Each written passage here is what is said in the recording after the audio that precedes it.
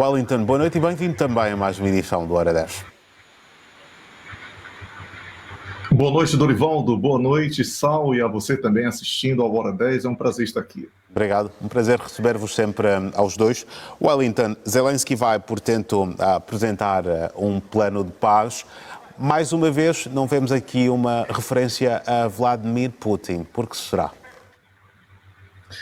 Porque esse é um plano que tem muito mais uma característica de quem quer dar uma satisfação interna às alas mais radicais nas tropas ucranianas, não é? E na base de apoio de Volodymyr Zelensky dentro da Ucrânia, a partir de um não que deverá receber dos Estados Unidos da América.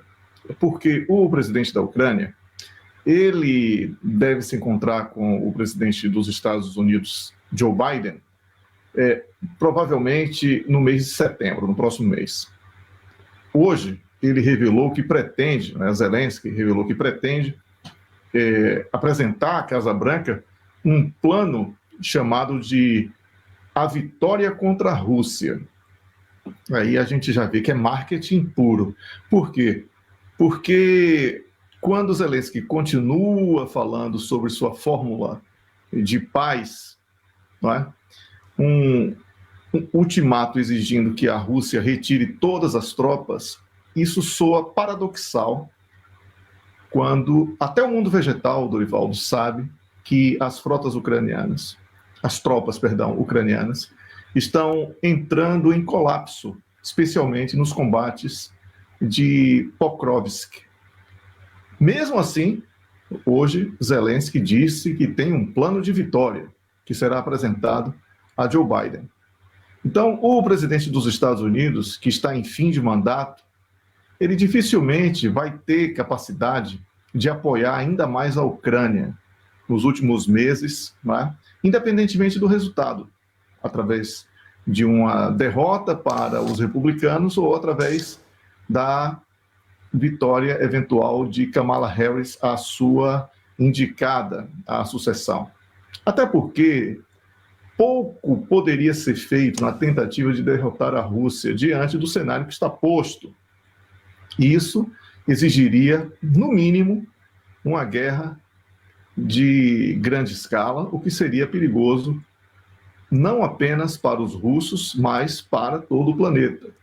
Então, acredito que a resposta dos Estados Unidos realmente deverá ser um não, e esta é a aposta já certa do Volodymyr Zelensky para que ele possa ter uma satisfação a dar internamente para justificar, aí sim, uma tentativa de um acordo de paz, mas não nos moldes que ele pretendia, certamente nos moldes do vencedor, e esse vencedor, como sabemos, é a Rússia. Então, eu vejo que esse plano já está preparado, mas que depende muito mais do resultado eleitoral dos Estados Unidos do que do otimismo de Volodymyr Zelensky, Dorivaldo. Wellington, Jake Sullivan chegou hoje à China, naquela que é, portanto, a primeira visita de um conselheiro de Segurança Nacional da Casa Branca desde 2016. Estão, portanto, já avançados aqui alguns dos principais pontos que poderão configurar as reuniões aqui mantidas nesta roda de negociações. Mas o que eu gostaria mesmo de perguntar a ti, Wellington, é o que é que esta visita deste conselheiro poderá então criar-nos aqui como expectativa? Ou o que é que poderá acontecer depois desta visita? Dorivaldo, temos muito o que falar sobre esse encontro, afinal de contas, estamos falando aqui sobre duas grandes potências, né? E sobre uma disputa que tem sido tema recorrente aqui nos nossos comentários, que é essa disputa entre a unipolaridade e a multipolaridade.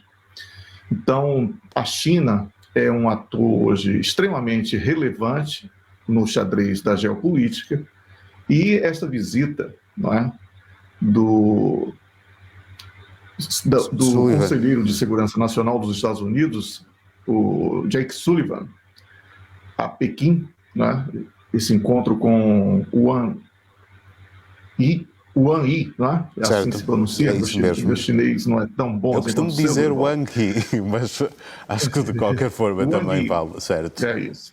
Então, é um esforço, não é? Exato.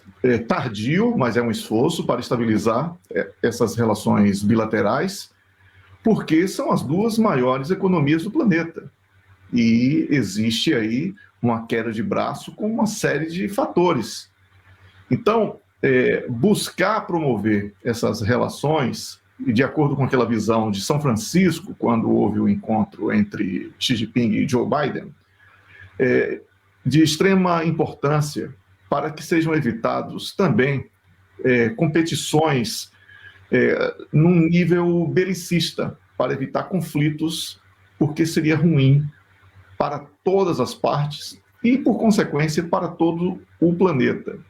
A questão de Taiwan, por exemplo, é interessante recordar isso, porque os norte-americanos são signatários do Acordo de uma só China, mas foram sucessivas as provocações aos chineses em relação à questão de Taiwan.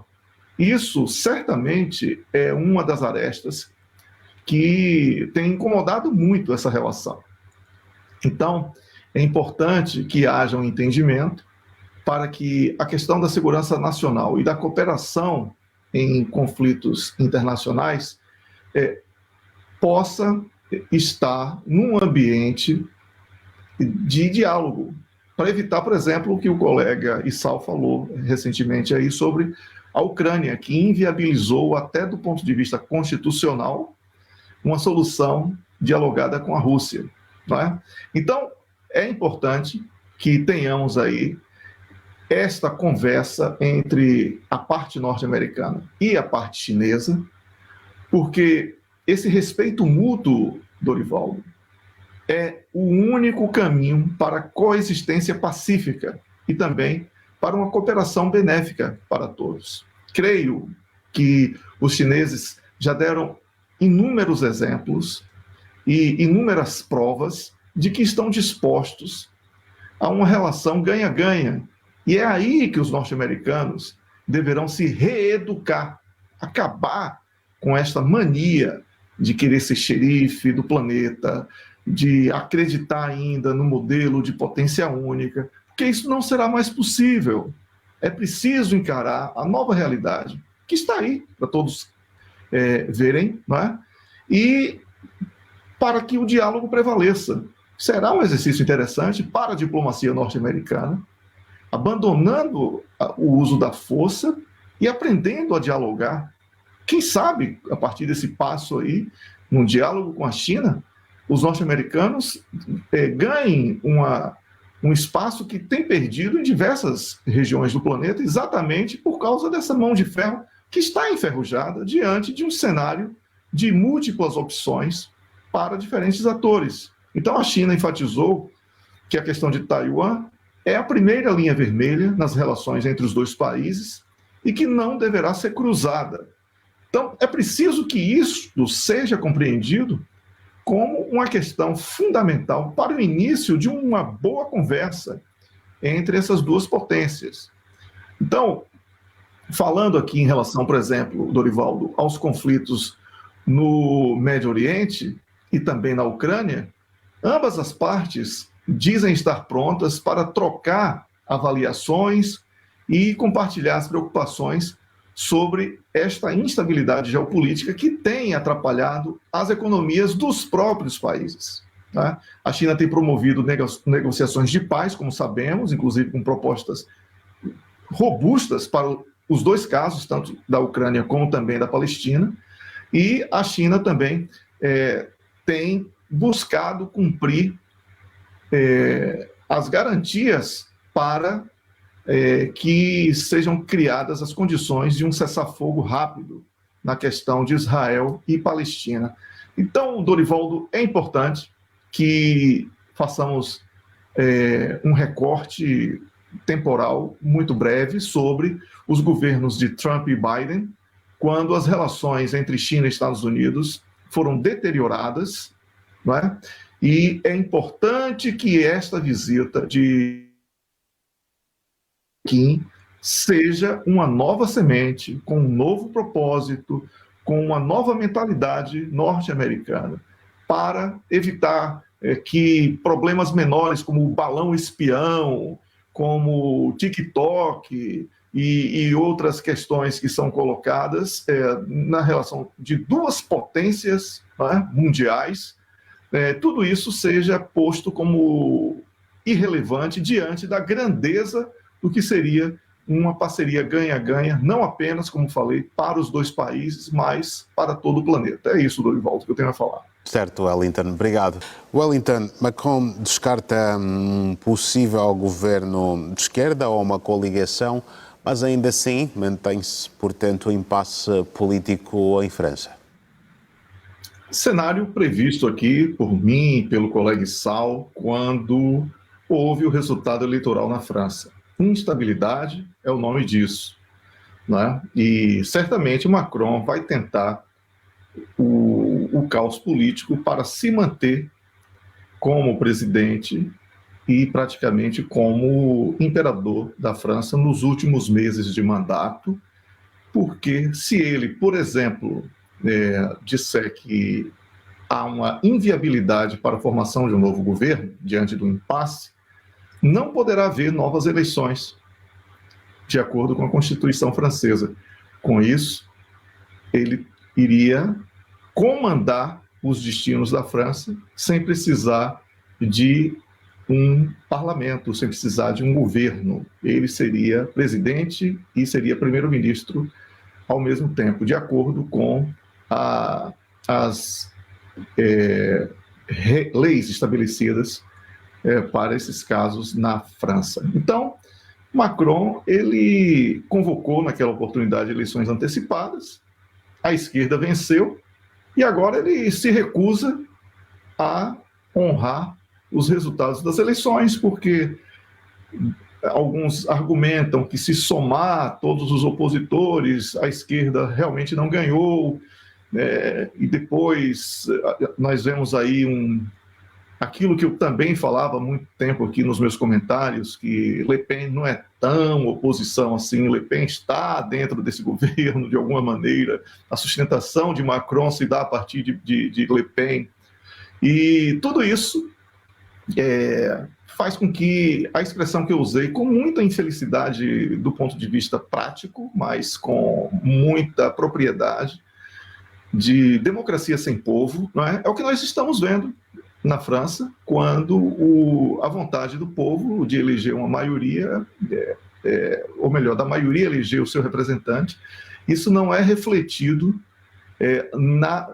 nas decisões políticas. Então, Emmanuel Macron, ele inicia agora uma nova rodada de consultas políticas para selecionar um novo primeiro-ministro, torcendo para que dê tudo errado. Esta é a verdade hoje da política francesa.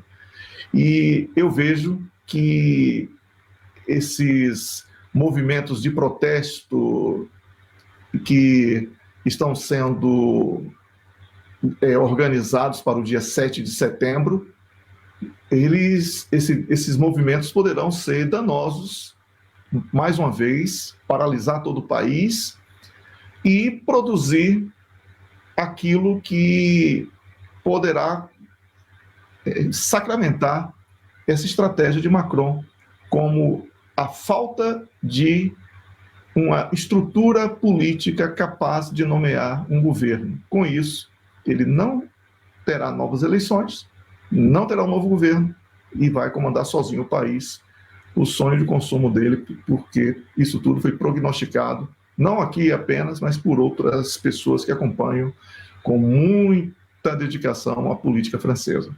Wellington Calazans, muito obrigado aos dois por mais uma presença aqui no Hora 10 da noite. Até uma próxima oportunidade, Wellington. Sábado sabemos que estarás cá no Conexão Angola. Até lá, estamos juntos. Boa noite, obrigado. Até sábado no Conexão Angola. Um abraço, Issal, e a você assistindo a Hora 10. Até a próxima.